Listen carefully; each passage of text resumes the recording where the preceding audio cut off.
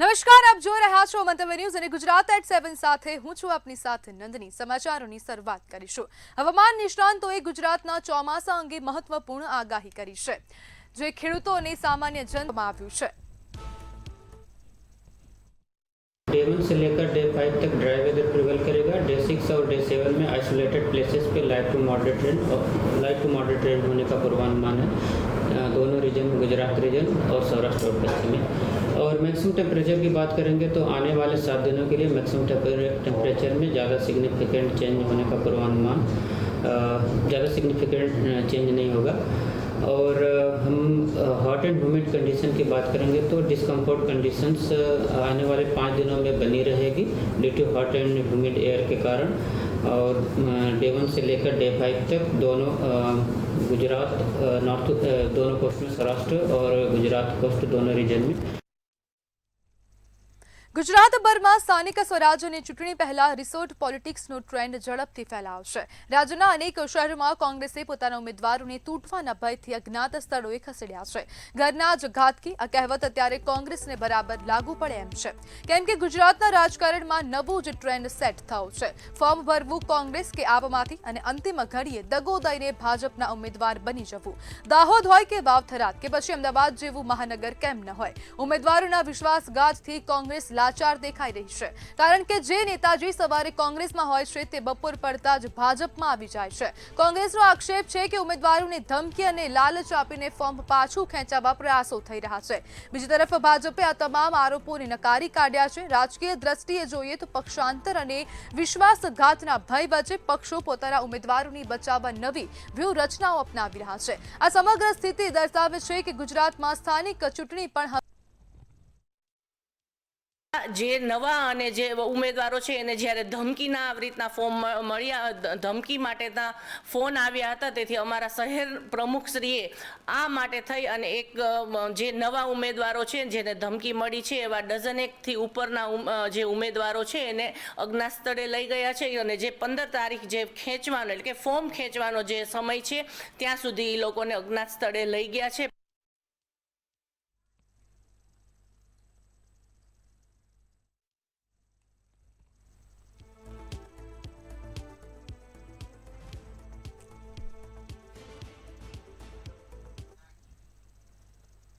રાજકોટના ઉપલેટામાં કોંગ્રેસના તાલુકા પંચાયતના ઉમેદવારને ફોર્મ પાછું ખેંચવા માટે ધમકી મળી છે। સરોજ વિરમગામના દેરને ફોન કરી ધમકી આપવામાં આવી હતી। ધમકી આપતા હોવાનો ઓડિયો સોશિયલ મીડિયામાં વાયરલ થઈ રહ્યો છે। જોકે મંતવ્ય ન્યૂઝ આ ઓડિયોની પુષ્ટિ કરતું નથી। સમગ્ર મામલે ભાયાવદર પોલીસ મથકમાં ફરિયાદ નોંધાવવામાં આવી છે। જગાએ આ પાડીને એટલે મેં હિરેન હારે નક્કી કર્યું, નકર મારે શું હતું, એક ખેંચે ને એક રીએ તો ગાંઠના કોરીન માંથી એક ને વધે, મારે બે ખેંચે તો ખેંચાવા હતા। એટલે જગે આ પાડી એટલે મેં ઓની એને કન્ડિશન કરીને જગાને પૈસાનું કીધું ને ઓને કીધું। હવે ઓને મારે શું એમ કેવાય નથી ખેંચવાનું તારે, બરોબર।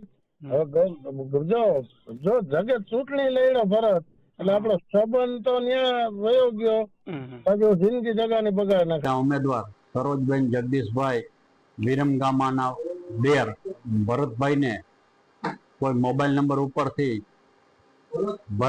સરોજબેનનું ફોર્મ પાછું ખેંચી લેવા માટે દબાણ અને ધમકી આપ્યાનો બનાવ બનેલ છે। આ અંગે ભરતભાઈએ ભાયાવદર પોલીસમાં ફરિયાદ પણ કરેલ છે। ભાજપે ચૂંટણી જીતવાને બદલે ખુલ્લી દાદાગીરી અને ધમકીઓ ભરા ફોન કરી પૈસા પણ દેવાની ઓફર કરેલ છે। એટલે પૈસા, દાદાગીરી, શારીરિક, માનસિક કોઈ પણ રીતે અમારા ઉમેદવારને ચૂંટણી લડતા અટકાવી અને બિનહરીફ થવાના પ્રયત્નો કરે છે। ગુજરાતમાં 15 મહાનગરપાલિકા, 34 જિલ્લા પંચાયત, 84 નગરપાલિકા અને 260 તાલુકા પંચાયતની આગામી ચૂંટણીઓને લઈને રાજકીય માહોલ ગરમાયો છે। ત્યારે શું છે સમગ્ર સ્થિતિ, જોઈએ અહેવાલમાં। ભાજપ, કોંગ્રેસ અને આમ આદમી પાર્ટી દ્વારા જોરશોરથી પ્રચાર શરૂ કરી દેવાયો છે. ચૂંટણી અધિકારી દ્વારા હાથ ધરવામાં આવેલી ઉમેદવારી પત્રકોની ચકાસણી પ્રક્રિયા પણ પૂર્ણ થઈ ગઈ છે. જેમાં અમદાવાદ મ્યુનિસિપલ કોર્પોરેશનની ચૂંટણીમાં કુલ 1553 ફોર્મ ભરાયા હતા, જેમાંથી 427 ફોર્મ રદ થયા છે અને 3 ફોર્મ પરત ખેંચતા હવે 1123 ઉમેદવારો મેદાનમાં છે. નોંધનીય છે કે સૌથી વધુ 24 ફોર્મ વસ્ત્રાલ વોર્ડમાંથી રદ થયા છે. ચકાસણી પ્રક્રિયા દરમિયાન રાજ્યના વિવિધ સ્થળોએ રાજકીય ખેંચતાણ અને વિવાદો પણ જોવા મળ્યા હતા. સુરત કલેક્ટર કચેરી ખાતે વિવિધ પક્ષોના કાર્યકરો વચ્ચે ઘર્ષણ થયું હતું, જેમાં એકબીજાના પક્ષના ખેસ પહેરાવવા અને અપમાનિત કરવા જેવી ઘટનાઓ બની હતી. વડોદરા અને સુરતમાં કોંગ્રેસના ઉમેદવારોના ફોર્મ રદ થતા પક્ષને મોટો ફટકો પડ્યો છે. બીજી તરફ અમદાવાદમાં નાયબ કલેક્ટરની કેબિનમાં ભાજપના ધારાસભ્યની હાજરી મુદ્દે એનએસયુઆઈ નેતા શાનવાઝ શેખે વિરોધ નોંધાવતા હોબાળો મચ્યો હતો. ચૂંટણી જંગમાં ફોર્મ પરત ખેંચવાની અંતિમ મુદત 15 એપ્રિલ છે, ત્યારે ઉમેદવારો વચ્ચે તોડજોડની રાજનીતિ શરૂ થઈ ગઈ છે. હરીફ ઉમેદવારોને બેસાડી દેવા માટે સામ દામ દંડ અને ભેદની નીતિ અપનાવવામાં આવી રહી છે. ખાસ કરીને સુરત અને રાજકોટમાં ભૂતકાળના નિલેશ કુમારી જેવા કિસ્સાઓનું પુનરાવર્તન ન થાય તે માટે કોંગ્રેસ સતર્ક બની છે. પક્ષે પોતાના અંદાજે 65 જેટલા મજબૂત ઉમેદવારોની વફાદારી જાળવી રાખવા મિશન અજ્ઞાત હેઠળ તેમને સુરક્ષિત અને ગુપ્ત સ્થળોએ ખસેડી દીધા છે. 15 એપ્રિલ બાદ જ સ્પષ્ટ થશે કે ફાઇનલ મેદાનમાં કેટલા ઉમેદવારો વચ્ચે ખરાખરીનો જંગ જામશે. બ્યુરો રિપોર્ટ, મંતવ્ય ન્યૂઝ. વડોદરાના પાદરા ખાતે સ્થાનિક સ્વરાજ્યની ચૂંટણી ટાણે ભાજપનો વિજય થયો છે. નગર નાગરિક બેંકની ચૂંટણીમાં ભાજપની પેનલનો વિજય થયો. અત્યંત રસાકસે ભર્યા જંગ સાથે બેંકની ચૂંટણીનું પરિણામ આવ્યું. ભાજપ પ્રેરિત પેનલના તમામ ઉમેદવારોનો વિજય થયો છે. તો આ તરફ પાદરા તાલુકામાં સ્થાનિક સ્વરાજ્યની ચૂંટણીમાં ભાજપે ખાતું ખોલાવ્યું છે. ધારાસભ્ય ચૈતન્યસિંહ ઝાલાએ જીતેલા ઉમેદવારોને શુભેચ્છાઓ પાઠવી હતી. પાદરા નગર નાગરિક બેંક લિમિટેડની ચૂંટણીમાં સર્વે સભાસદોએ ખૂબ જ મોટું મતદાન કર્યું અને આ મતદાનમાં ભારતીય જનતા પાર્ટી પ્રેરિત બેંક હિતરક્ષક પેનલને જંગી બહુમતીથી સભાસદોએ વોટિંગ કરીને જીતાડ્યું છે. તે બદલ સર્વે સભાસદોનો ખૂબ ખૂબ આભાર માનું છું અને સર્વે વિજેતા ઉમેદવારોને હું ખૂબ શુભેચ્છાઓ પાઠવું છું. આણંદ જિલ્લામાં સ્થાનિક સ્વરાજ્યની ચૂંટણીના પડઘમ વાગી રહ્યા છે. પેટલાદની યોગી વિલાસ સોસાયટી ખાતે રહીશોએ નગરપાલિકાના ઉમેદવારો સામે અનોખો વિરોધ નોંધાવ્યો હતો. સ્થાનિકોએ વર્ષોથી પાણી સુવિધાઓથી વંચિત હોવાના આક્ષેપ કર્યા છે. સફાઈ અને ગટર સમસ્યાનો ઉકેલ ન આવતા લોકોમાં રોષ છે. ઉકેલ ન આવે ત્યાં સુધી ઉમેદવારો માટે એન્ટ્રી પર રોક લગાવવામાં આવી છે.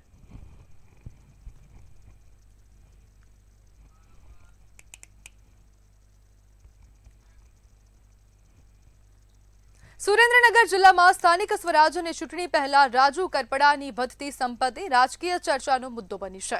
ખેડૂત નેતા તરીકે ઓળખાતા કરપડા તાજેતરમાં ભાજપમાં જોડાયા બાદ મૂડી 2 બેઠક પરથી ઉમેદવાર બન્યા છે, પરંતુ તેમના સોગંદનામામાં બહાર આવેલી વિગતો અનેક સવાલો ઉભા કરી રહી છે. માત્ર 3.5 વર્ષમાં તેમની સંપત્તિ 61 લાખમાંથી વધીને 3.12 કરોડ.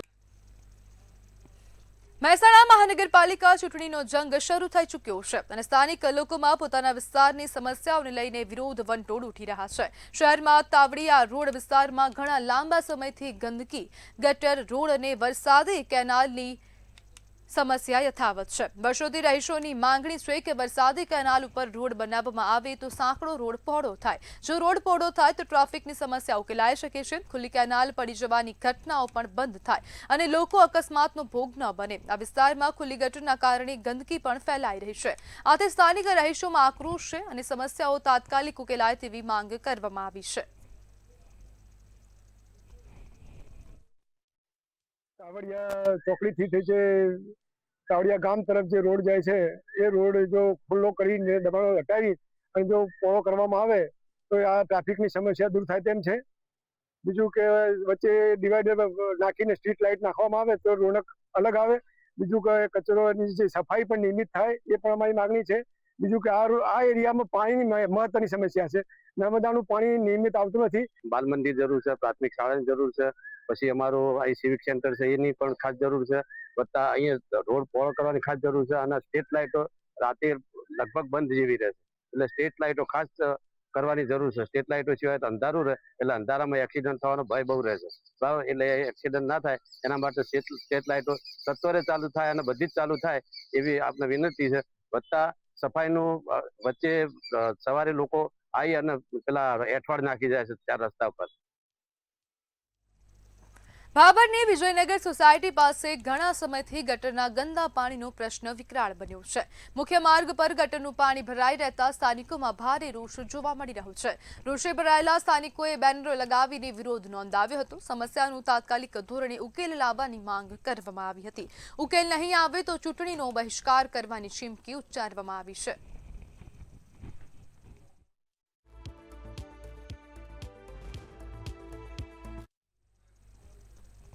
વાલોડ તાલુકામાં ભાજપના ઉમેદવાર સામે ગંભીર ફરિયાદ નોંધાતા રાજકીય માહોલ ગરમાયો હતો.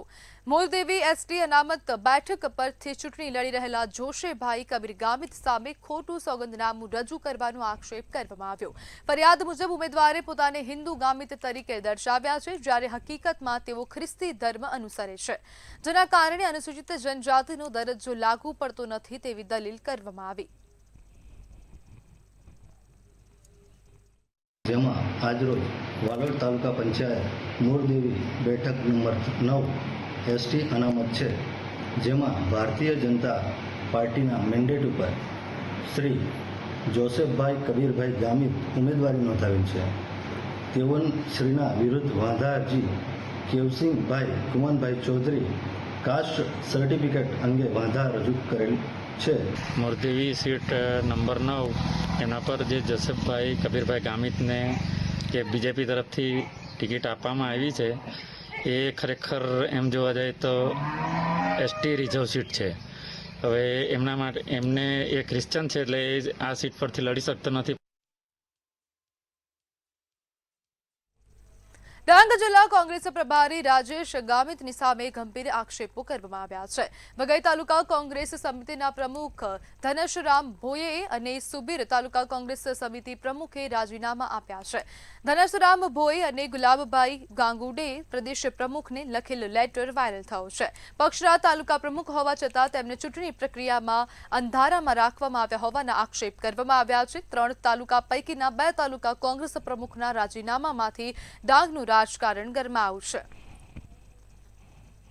જે બી કેન્ડિડેટો અમે સિલેક્ટ કર્યા હતા તે કેન્ડિડેટમાંથી અમુક કેન્ડિડેટો સિલેક્ટ કર્યા વગરના આવી ગયેલા છે અને હાલ એ લોકો બીજેપીમાં જ છે અને એવા પણ નામ આવી ગયેલા છે. તો મારા ખરેખર કોંગ્રેસી કાર્યકર્તાઓ જે કપરા સમયે કોંગ્રેસમાંથી બીજેપીમાં નીકળી ગયેલા અને હાલ ચૂંટણીને સમયે આવેલા એવા માણસો હજુ ખેસ પણ નથી પહેર્યા એવા માણસોની ટિકિટ મળી ગયેલ છે, જેથી મારા સાચા કોંગ્રેસી સાથીઓ ઘણા દુઃખી છે અને મને પણ એ બાબતનું ઘણું દુઃખ છે.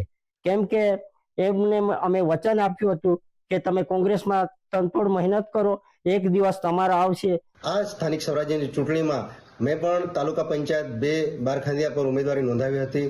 મારા ઉમેદવારીના સંદર્ભમાં અમારા પ્રભારીશ્રીએ મને વોટ્સએપ કોલ દ્વારા એમના ઘરે બોલાવી અને નાણાકીય લેવડ દેવડ અંગેની વાત કરતા મેં મારા નૈતિકતાને વિરોધ હોવાને કારણે એ વસ્તુનો સ્વીકાર ન કરેલ, જેથી પીએસસી કમિટીમાં કોઈ પણ જાતના ચર્ચા વિચારણા કર્યા વગર ભાજપ સાથે જોડાયેલા લોકોને ટિકિટ આપી દેવામાં આવી છે અને અમારા જેવા પક્ષના વફાદાર વ્યક્તિઓને ટિકિટની ફાળવણી કરવામાં આવી નથી એવું જાણવા મળેલ છે. અત્યારે હાલને પણ હું તાલુકા કોંગ્રેસ સમિતિનો પ્રમુખ હોવા છતાં કયા વ્યક્તિને કોંગ્રેસ પક્ષનો મેન્ડેટ આપવામાં આવ્યો છે તેની મને જાણ નથી.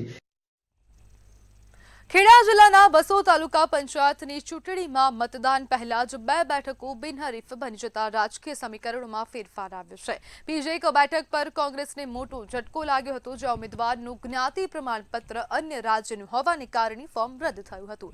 જ્યારે 202 બેઠક પર કોંગ્રેસ ઉમેદવારે ફોર્મ પરત ખેંચતા આ બેઠક પણ બિનહરીફ બની ગઈ હતી.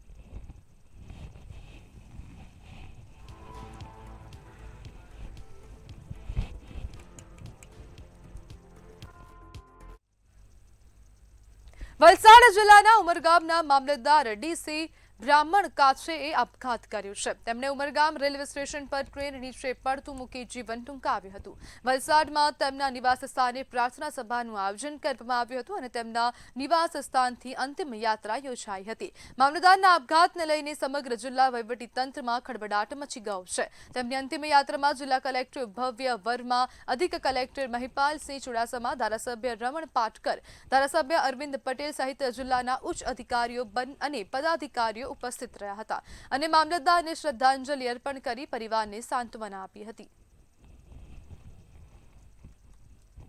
જ્યારે આ સ્થાનિક સ્વરાજ્યની ચૂંટણી હોય એમાં કંઈક ને કંઈક અંશે એમના પર પ્રેશર પણ આવતું હોય અને આ સહન કરવા માટે કોઈક આવી રીતે પગલું ભરી લે તો ખૂબ ખોટું છે અને એમણે હિંમત રાખવી જોઈતી હતી કે એમના વડા અધિકારીઓનું માર્ગદર્શન કે તેમના પર છોડી દેવું જોઈતું હતું, પરંતુ આ પગલું એમના માટે અને પરિવાર માટે પણ ખૂબ આઘાતજનક છે. એમની સાથે એક કુટુંબની ભાવના હોય એ રીતે વિકાસના કામને ધાર્મિક કામમાં અને લોકના પ્રશ્ન હલ કરવા માટે દરરોજ અમે દર સોમવારે મળતા અને એ સારી કામગીરી લોકપ્રિયતા છે.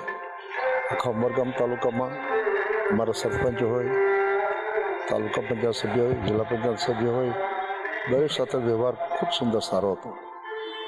પણ આ જે ઘટના બની જાણી એ ખૂબ જ દુઃખદ ઘટના છે. ઉમરગામમાં ચકચારિક ઘટના બની છે. ઉમરગામના મામલતદાર દલપતભાઈ બ્રાહ્મણ કશે ગઈકાલે આપઘાત કરી લીધું છે. ટ્રેન નીચે ગઈકાલે વલસાડ જિલ્લાના ઉમરગામમાં ચટકારી ઘટના બની છે. ઉમરગામના મામલતદારે આપઘાત કર્યો છે. મામલતદાર ડીસી બ્રાહ્મણ કશે ટ્રેન નીચે પડતું મૂક્યું આપઘાત કર્યો હતો. ચૂંટણીનો માહોલ ચાલે છે અને મામલતદારના આપઘાતથી હાલ તો ચકચાર મચી ગયું છે. આપઘાતનું કારણ હાલ અકબંધ જોવા મળ્યું છે. અડધી રાત્રે પોલીસ પણ દોડતી થઈ હતી અને ચૂંટણીના માહોલમાં મામલતદાર જેવા ઉચ્ચ અધિકારી આપઘાતને લઈને અનેક સવાલો ઊભા થયા છે. ત્યારે આવતીકાલે જ્યારે ચૂંટણીનું ફોર્મ ભરવાની છેલ્લી તારીખ છે ત્યારે અહીં મામલતદારના ઘરે અહીં તમામ ઉમરગામના ધારાસભ્યો છે, વલસાડ જિલ્લા કલેક્ટર સહિત મોટી સંખ્યામાં લોકો અહીં આવી પહોંચ્યા. ત્યારે ઉમરગામ મામલતદારે શાના માટે આપઘાત કર્યો છે તે પણ એક ચર્ચાનો વિષય બન્યો છે. મયુર જોશી, અંતર્બે ન્યૂઝ, વલસાડ. ગાંધીનગર ખાતે સચિવાલય ગેટ નંબર 1 નજીક એસઆરપી જવાને ગળે ફાંસો ખાઈને જીવન ટૂંકાવ્યું હતું. મૃતકની ઓળખ રાજેન્દ્રસિંહ ગોહિલ તરીકે થઈ છે. એસઆરપી જવાન મૂળ ભાવનગરના વતની હોવાનું ખુલ્યું છે. પોલીસને ઘટના સ્થળેથી એક ચિઠ્ઠી પણ મળી આવી હતી. ચિઠ્ઠીમાં મકાન સંબંધિત હિસાબનો ઉલ્લેખ કરવામાં આવ્યો હતો. મૃતદેહને પીએમ માટે ગાંધીનગર સિવિલ ખસેડવામાં આવ્યો છે. તેમજ આ મામલે પોલીસે વધુ તપાસ હાથ ધરી છે.